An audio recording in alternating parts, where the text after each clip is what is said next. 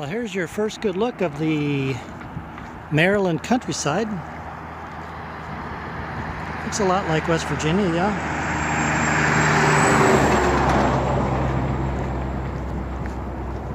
I'll be going through a place called Rawlings. I believe there's a church that's going to let me stay overnight, which is a good thing because even though it's another warm day, it's supposed to potentially be raining starting during the night and into the morning tomorrow until I get into LaVale, which is right next to Cumberland. And then that'll be a day off for me, probably 2 days off. That'll be Thanksgiving. I might even take a third day off, we'll see. And then the final stretch down into DC by way of the C&O Canal. And then Annapolis, the Chesapeake Bay Bridge, into the Eastern Maryland countryside on the other side of the Chesapeake Bay. And then the final 45 miles into Delaware, or through Delaware. That last bit of West Virginia, this first part of Maryland, was really noisy. Now it's relatively quiet. I like that.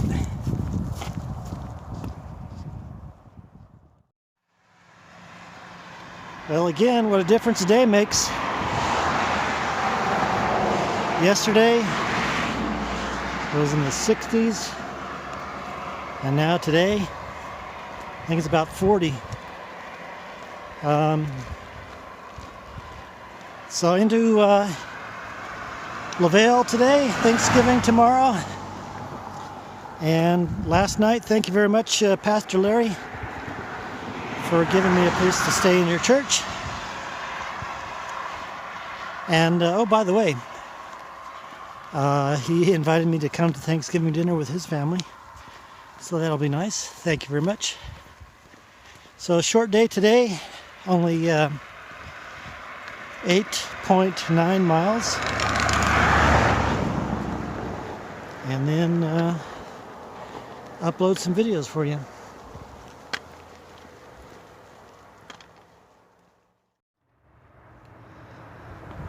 Well, here it is, the symbolic beginning of the end. 344 miles to go, C&O Canal, down to Washington, D.C., which is 184 miles or so from here. And then across the Chesapeake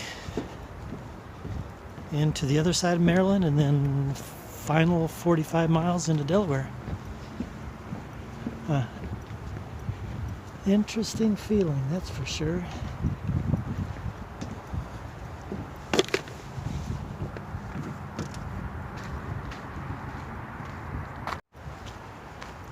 Yeah, it really is.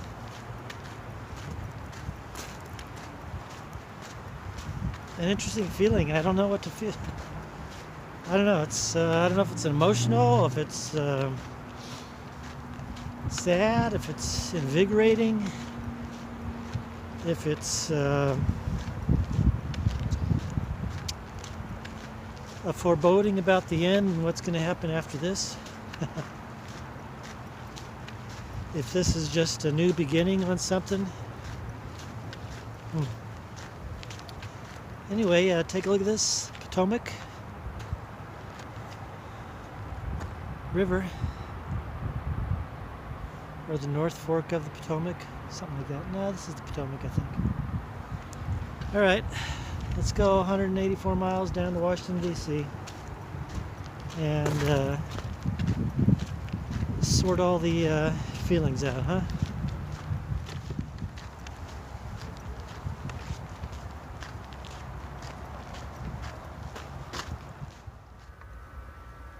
These reflections in the water, I'm always intrigued by them, because if you look at them the right way, you don't know if you're looking up or if you're looking down.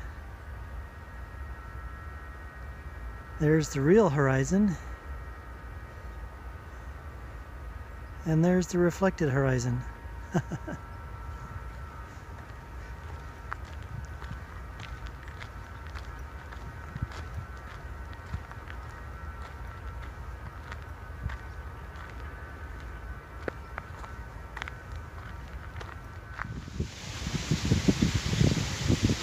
Well, here's one of the old locks on the C&O Canal.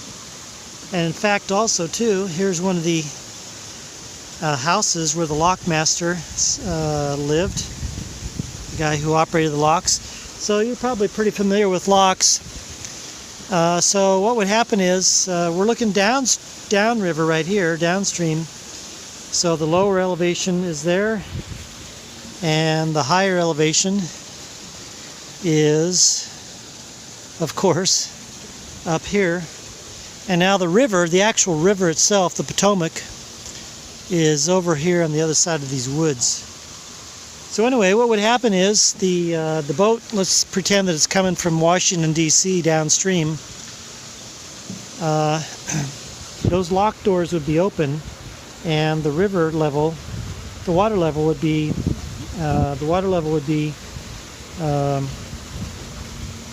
similar to what the water level is over in the river over there. Once the boat comes in here, they close the locked doors, and they make sure that these locked doors here, well, there are no locked doors on this side. Anyway, so the upstream water here then flows into the lock, and the water level rises. And as soon as the water level rises enough, then the boat can pass through here and continue its journey upstream.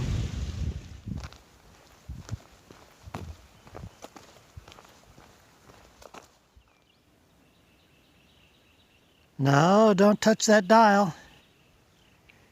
It's not upside down.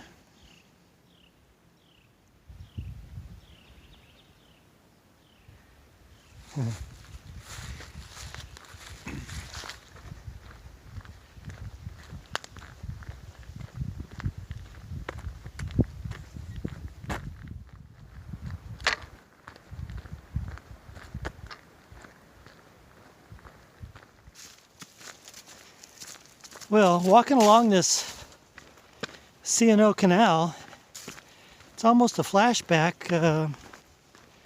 Kind of reminds me of walking along the Katy Trail in Missouri. You know, I got the river over here, and I had the Missouri River over on the right side of me. The only difference, of course, is the lack of vegetation. But anyway, look at this clip here.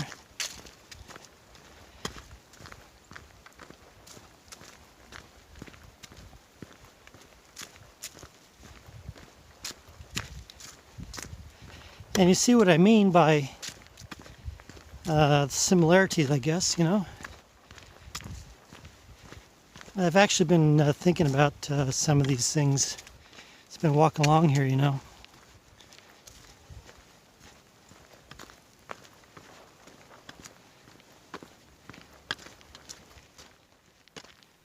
Uh-oh, I got a little problem here. You know what the problem is? The canal is running into a mountain. Up and over? Nah, let's just go through. Forget this up and over stuff. Let's go right through. I can go through the tunnel there. I see it's sealed off, but there's a door, so that means it's going to be dark. Need the flashlight. All right. This is called the Paw Paw Tunnel, not P-A-P-A as in Papa, but as in a dog's paw, P-A-W, P-A-W, Paw Paw Tunnel.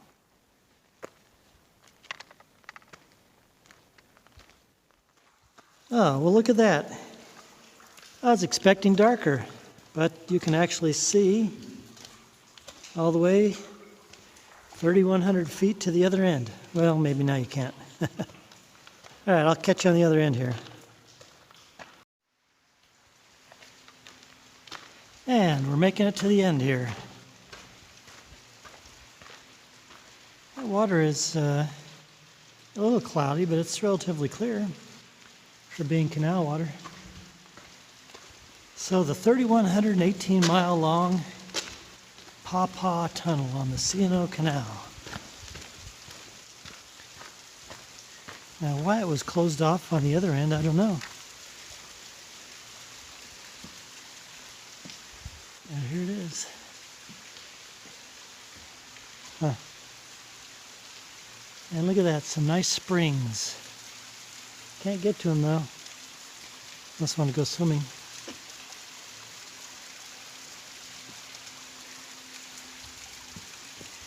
Now look at this nice boardwalk.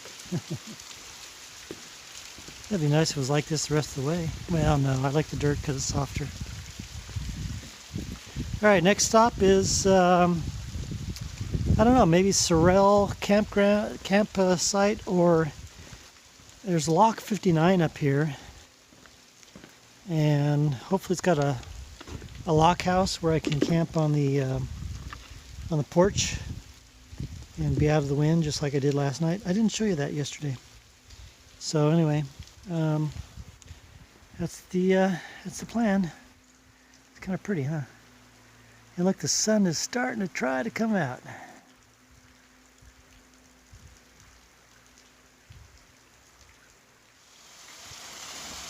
So here's the lock on the southern end of the tunnel here. Look how deep this one was compared with the other one we looked at yesterday.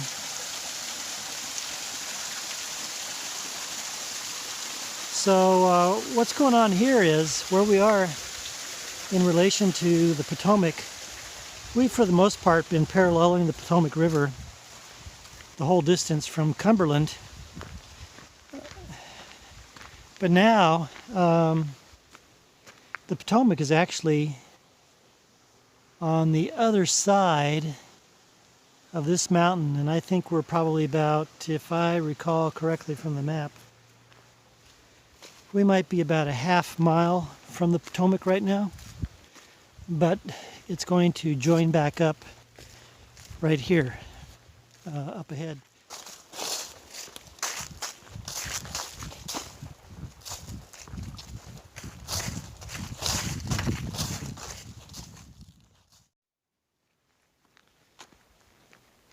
Good morning. I had a nice little surprise last night. Got to stay in a little rustic cabin just back here, back this way. You can't see it.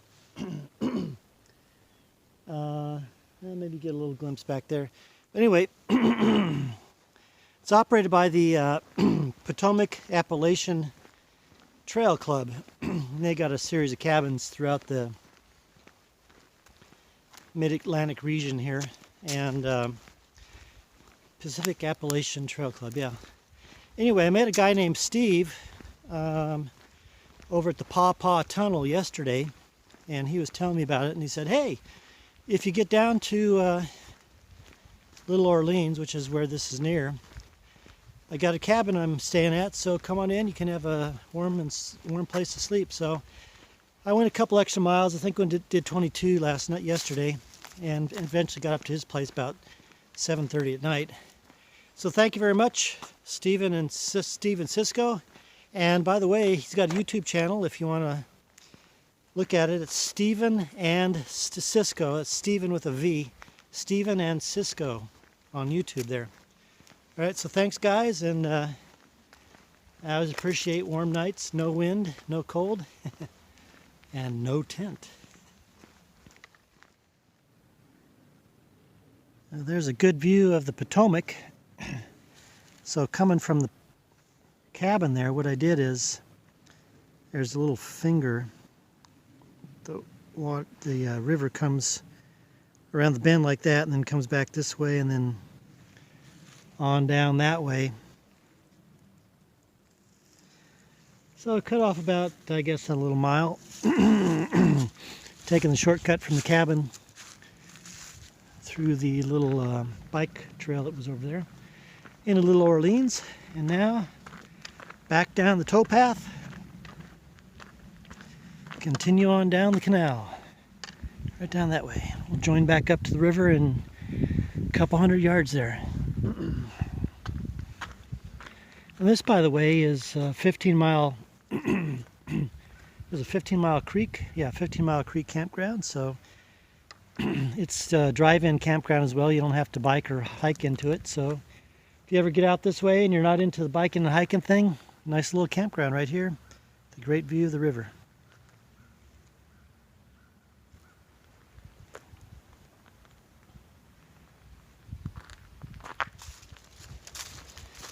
Hey, look at that, sunlight. All right. And maybe it's going to clear and stay clear for a while. And there's the light glistening on the Potomac there. Look at that. All right.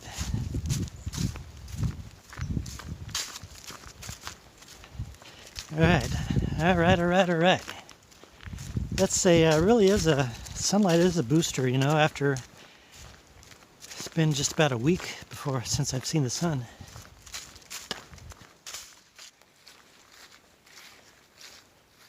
Well, here's one of the old dams on the canal.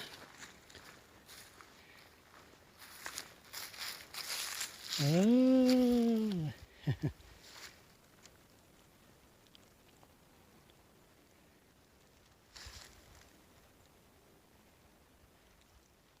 That, by the way, is the Western Maryland bike path, which in some places here now, since I guess Little Orleans, has been paralleling the canal.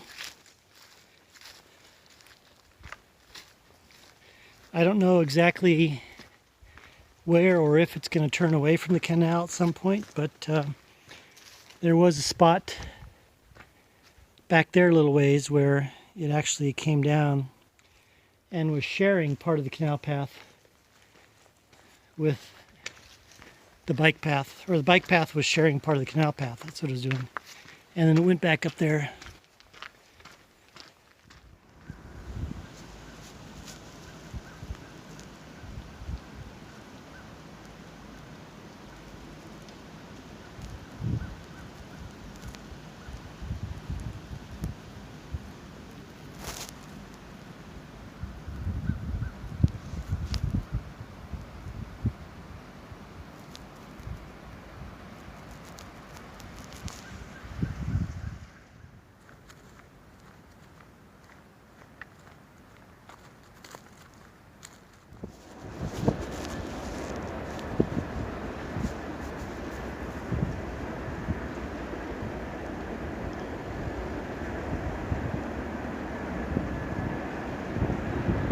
Can you see it through the trees there?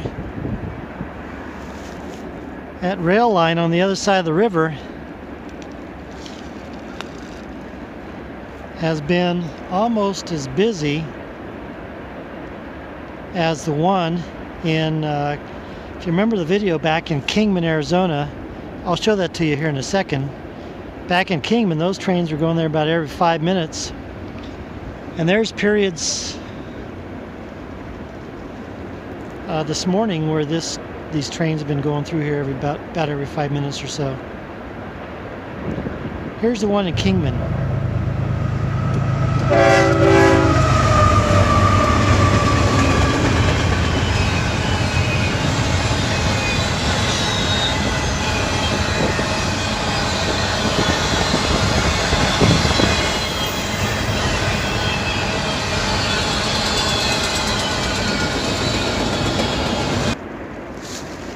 Yeah, so interesting stuff. And by the way, that over there on that side of the river, that's West Virginia. We're in Maryland here, that's West Virginia over there. Then when I get to Harper's Ferry, that'll be the little nibble of West Virginia I'll get back into. And then after that, Virginia will be on the other side of the river.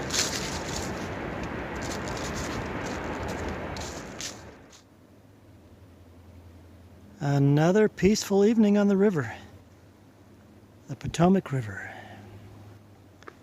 And there's West Virginia again.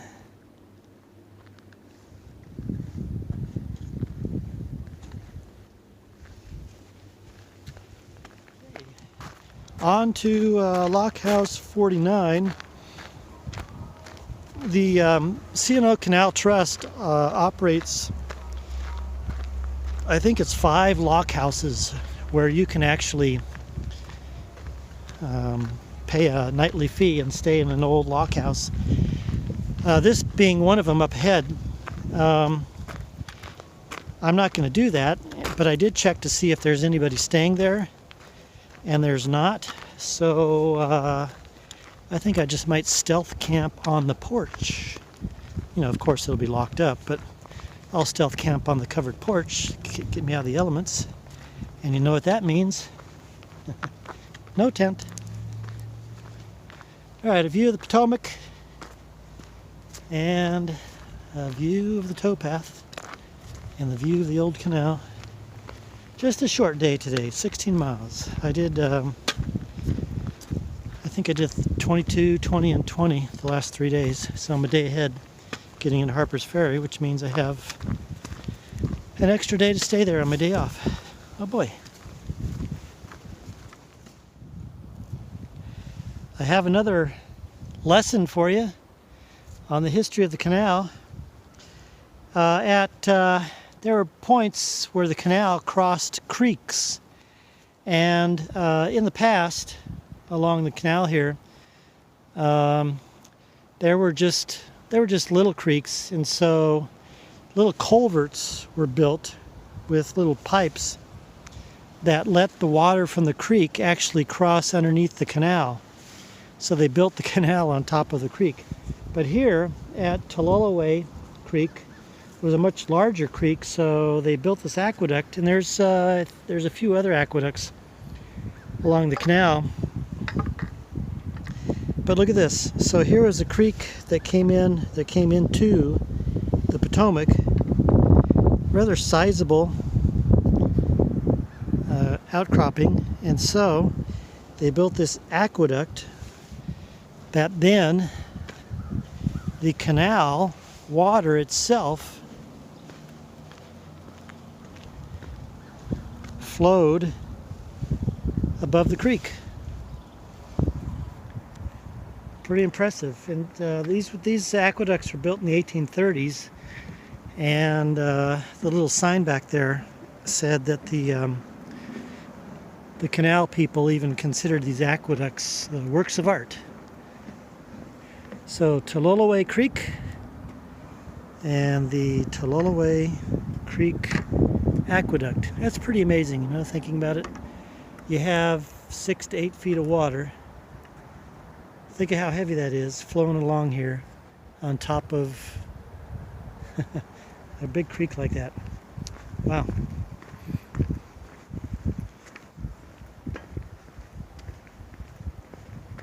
Here's what I think is one of the nicer campsites on the C&O. I've passed some nice ones that are like this, and then I've passed a lot of other ones that are smaller. I mean, they're all nice in their own way. This one's called Little Pool. That's the Potomac River over there, West Virginia over there. It's called Little Pool because over on this side you have this little pool of water. So the canal has, from the north there, dumped into this section here and created this little pool. And by the way, there is one called Big Pool, so that'll be interesting. It's down the way a bit. We'll see what it'll be interesting to see what that looks like. And then you hear all the noise. That's the interstate there. Interstate has been, for the most part, paralleling the canal here since Hancock. And you know something? It reminds me of. Check this out. It reminds me of. You see this? Back in California when I first started, going along Interstate 10 and seeing all that traffic there on the interstate.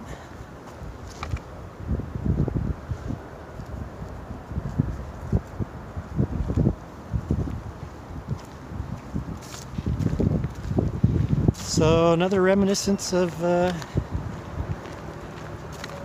time back earlier in the trip. I've been doing that a little bit more lately on this section. Huh.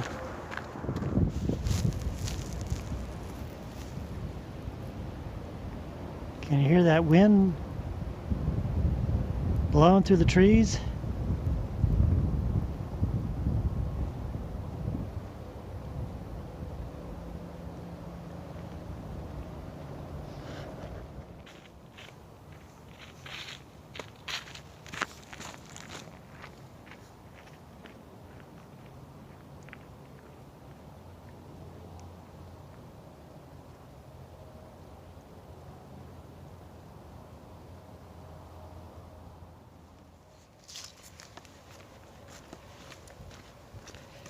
As you can see, it's late in the day. It's actually a little bit disorienting right now because looking to the west, where the Potomac usually is, that's all dry land. It's farmland. And looking over to the east, where the dry land or the canal usually is, that's all water, and it's about as wide as the Potomac. It's like, whoa, time warp, got turned around. But anyway, that's actually called Big Pool. So I showed you a little pool, I think, earlier. This is Big Pool. And the Potomac is actually, I think, made a little bit of a left turn in combination with the Potomac making a little bit of a right turn, so that we're separated a little bit, and then we'll come back together up here after a while. I probably won't see it till tomorrow. But yeah, I just looked up and I looked at that and go, oh man, upside down, turned around, backwards, and all that.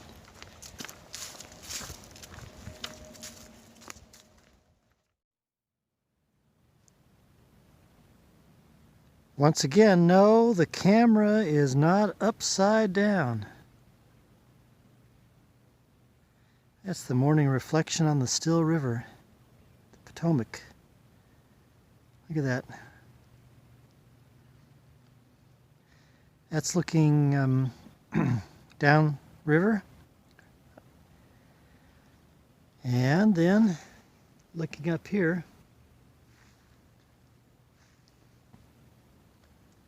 pretty interesting, huh? And something else that's interesting here is there's 4 locks. There's 4 locks in a sequence just right up here. In fact, there's a lock house, number 49. What they did when they built the canal is the river right here, it bends around this big neck. And it's a 4-mile journey around that neck. So what they decided to do instead of following the river, they cut across the neck, which was a short distance, I think a half mile or something like that. And so since that 4-mile journey of the river itself came down about 33 feet, what they had to do in this half-mile section or so is build 4 locks to get the boats up and down 33 feet in such a short distance. And what was also interesting too is that there was a community that grew up along here called 4 Locks. Had a couple of general stores, schoolhouse, warehouses, repair places for the boats and stuff. And then when the canal was closed down in, what was it, 23, something like that, the town eventually died. And it's no more. It's just living on in memory. But this is pretty nice here, the still morning. It's kind of cold, but still glassy water of the Potomac. So take a look at this. What happened here is the canal came out, and now it comes out onto the river. There's a little dam there, a little inlet lock, and the boats traversed along the river right here as opposed to being in a canal. And then just up a ways back here, it'll come back onto being a canal. So that's kind of interesting. And here's the reason they did it, because of all this rock right up here. So instead of digging through it, they just came out into the river.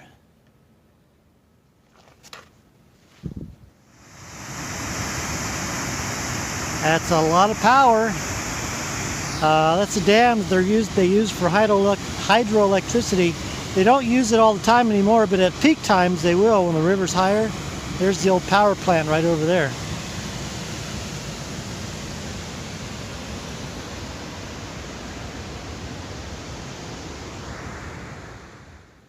Here's a nice little spot. You're looking upriver here. And this is called Miller's Bend. I always like these little neck, where you're at the head of the neck here and you can see downstream both ways. Or you can see the river in both directions, I should say. I think I had a clip like that along the Missouri. If I can find that, I'll put that in here. Anyway, that's downriver. And still West Virginia over here on that side. And still Maryland on the side that we're on here.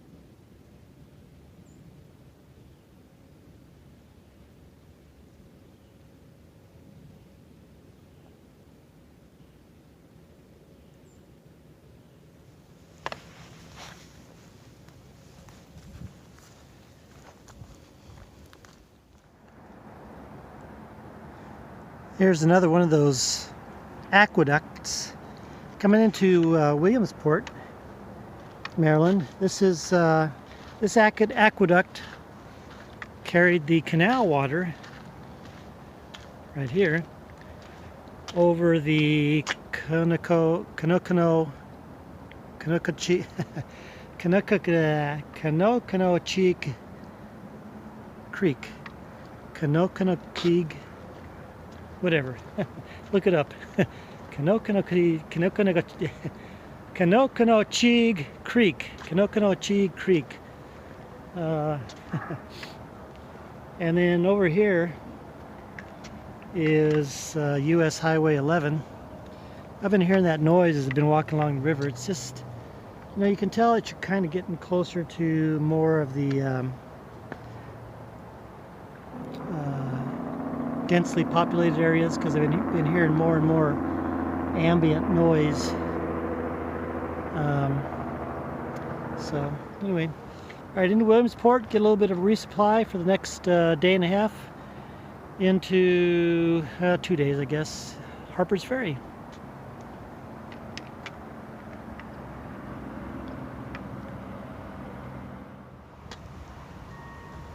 All right, well, this is Canocanocheek Street in Williamsport. I guess it would be considered the main street of Williamsport. I don't know.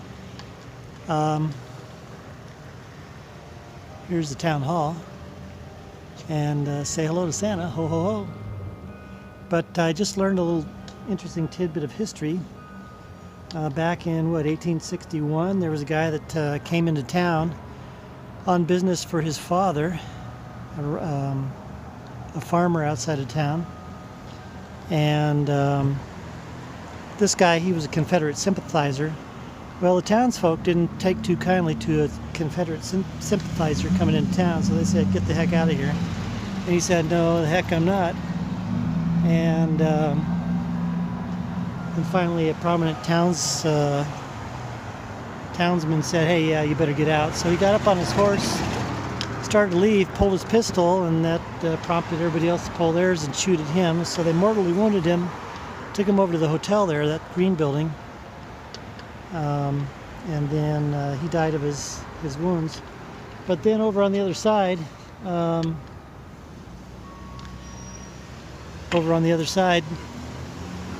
the Virginia side, right over there, which is now West Virginia,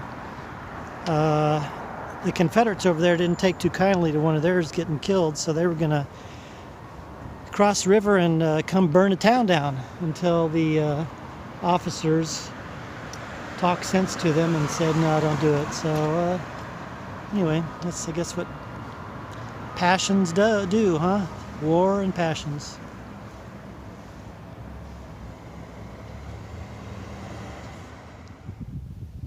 Well, here's a fitting end to the day, if not somewhat confusing, huh?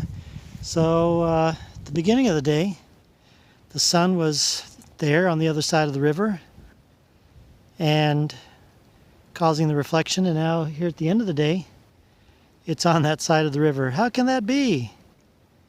Well, as the river twists and bends, this morning I was actually walking northwards a little bit on the river. And now, as it's twisted and bended back to the right direction, I'm walking southward as I should be. So east is now behind me and west is now to the right of me, like it should be.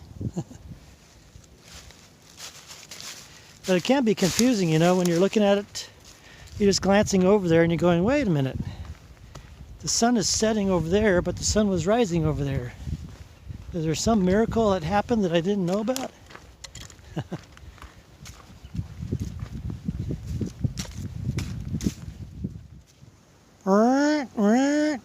Got an alert here, got an alert. What's the alert? Why, this is the alert right here. This is the midpoint on the C&O Canal. Congratulations to me, yay! Just to think I did that in 3 days. No, 4 days. Not bad, huh?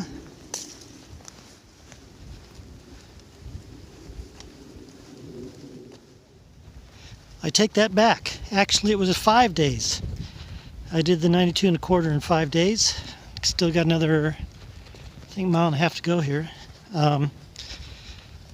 That's actually 1 day less than I had planned. So I zoomed out those first 3 days, did 20, 21, 22 miles, 3 days, and then I think it was 17 or 18 yesterday, and then today 16-ish. Does that add up? Anyway, 5 days. And that's actually 5 days. That's 92 1/4 plus another 1.5. So 92, 93. It's about 94 miles in 5 days. And as a midpoint celebration, I'm going to do this. West Virginia, here it comes. Well, guess I need to throw a little harder.